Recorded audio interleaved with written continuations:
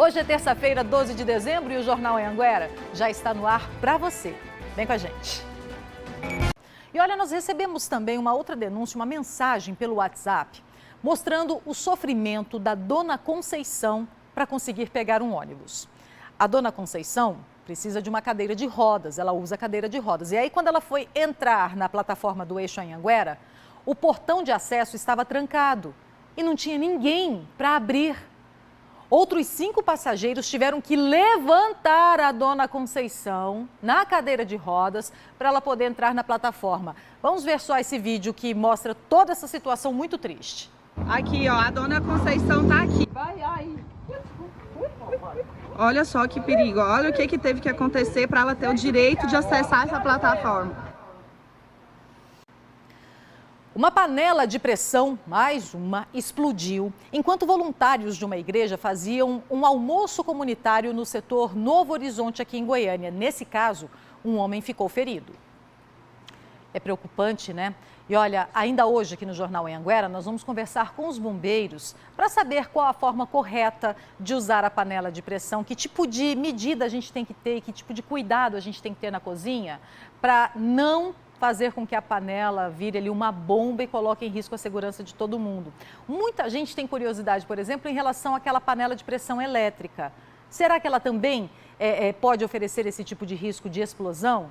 Enfim, ainda hoje, aqui no Jornal Anhanguera, a gente vai falar sobre esses cuidados, essas medidas de segurança em relação à panela de pressão para evitar qualquer tipo de acidente, tá bom? Esse é o segundo caso denunciado em 3 dias. Esse caso aconteceu agora no último sábado.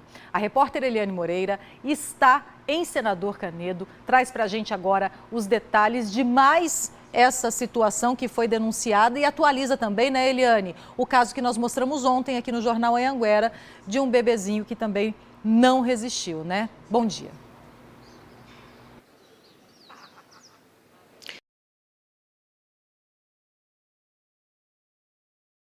É de cortar demais o coração, né? 41 semanas, ou seja, estava bem já no finalzinho ali da gestação, no momento já de nascer, até o momento máximo e passar por esse tipo de situação. Daqui a pouco a Eliane volta com essas informações atualizadas sobre o que a polícia deve fazer daqui para frente em relação a esses 2 casos. E a gente vai exibir também uma entrevista com essa mãe que perdeu o bebê no último sábado, ou seja, essa nova denúncia que foi registrada na delegacia hoje. Ainda hoje aqui no Jornal Anhanguera, a gente vai trazer essas informações para você. Obrigada, Eliane. Gente, eu imagino que você também, eu tenho muitas dúvidas em relação aos cuidados que a gente deve ter quando vai usar uma panela de pressão. Eu te confesso que para mim é facilidade panela de pressão na cozinha. Por quê? Eu gosto de cozinhar. Então, quando você coloca ali uma carne, um músculo, por exemplo, ou então um feijão, é rapidinho. Uma mandioca, você quer fazer cozida, rapidinho está pronto. É o tempo em que esse alimento está ali dentro da panela de pressão, você consegue terminar as outras coisas com rapidez e o almoço, o jantar fica pronto bem na hora, né? Mas o problema da panela de pressão é como evitar que ela vire uma bomba. Panela de pressão elétrica, por exemplo, será que pode explodir, como a gente tem visto casos dessas panelas convencionais que têm sim esse risco e acidentes cada vez mais frequentes?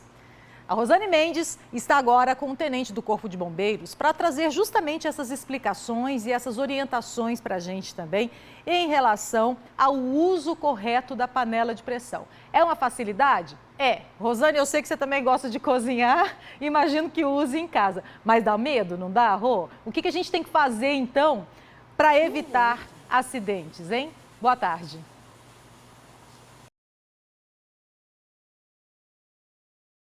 Mas sabe quando você está com pressa? Que você quer acabar logo, para agilizar logo, está todo mundo com fome? Então, gente, mais um exemplo de que a pressa não combina com a cozinha. Você tem que ter calma, tem que ter tempo para ter segurança também. Então, nada de usar um garfo, uma colher para tirar a pressão de dentro da panela e muito menos colocar embaixo da água ou tentar fazer com que a panela funcione de um jeito que ela não foi projetada para funcionar. Forçar a pressão, a sujeirinha, isso tem que ser feito com frequência. Muito obrigada, Rosane, e agradeço ao tenente também aqui por essas explicações para a gente. Boa tarde para vocês, bom trabalho.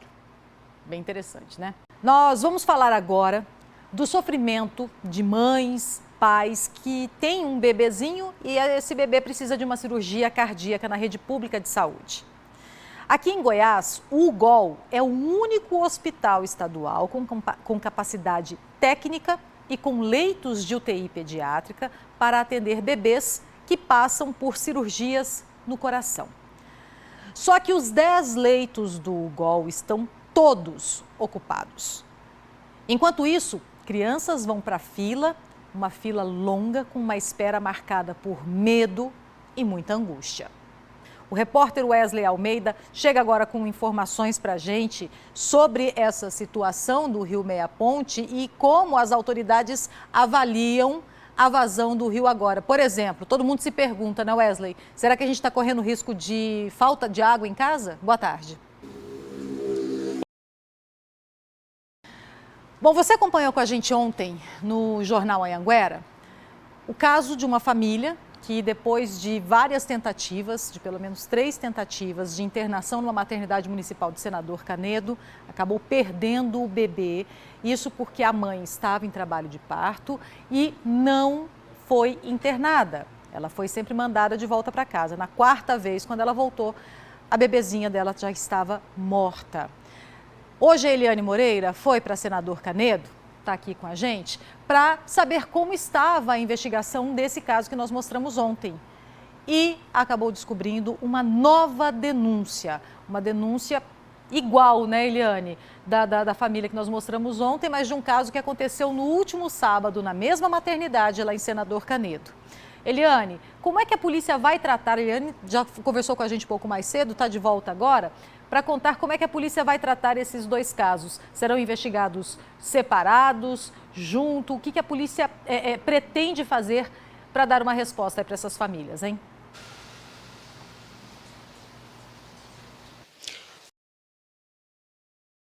Muitas perguntas aí que precisam de respostas ainda, né, Eliane? Obrigada, a gente vai acompanhar de perto. O Fernando Rosa do Nascimento fez um vídeo que chamou muita atenção. Esse registro foi feito lá em Catalão. O Fernando ficou tão surpreso que mandou o vídeo aqui para Certinha, estava regular. O problema mesmo foi com esse tipo de transporte que não foi feito da forma correta, né? Não é certo você carregar um animal de grande porte, um bezerro, no porta-malas. Os alimentos arrecadados no aulão do Enem da TV Anhanguera começaram a ser distribuídos. São aproximadamente... E muitos estudantes decidiram doar mais que isso, como você está vendo aí, gerando todos esses alimentos, todas essas doações que serão distribuídas agora. Um vereador de Doverlândia está sendo investigado por assédio sexual. A polícia e a Câmara Municipal da cidade abriram inquéritos para investigar Valdeir Alves de Souza, depois que uma servidora denunciou que o vereador enviou fotos o tal nudes, para o celular dela. A Ludmila Rodrigues chega agora com informações para a gente sobre esse caso e de como está a investigação em Ludmila. Boa tarde.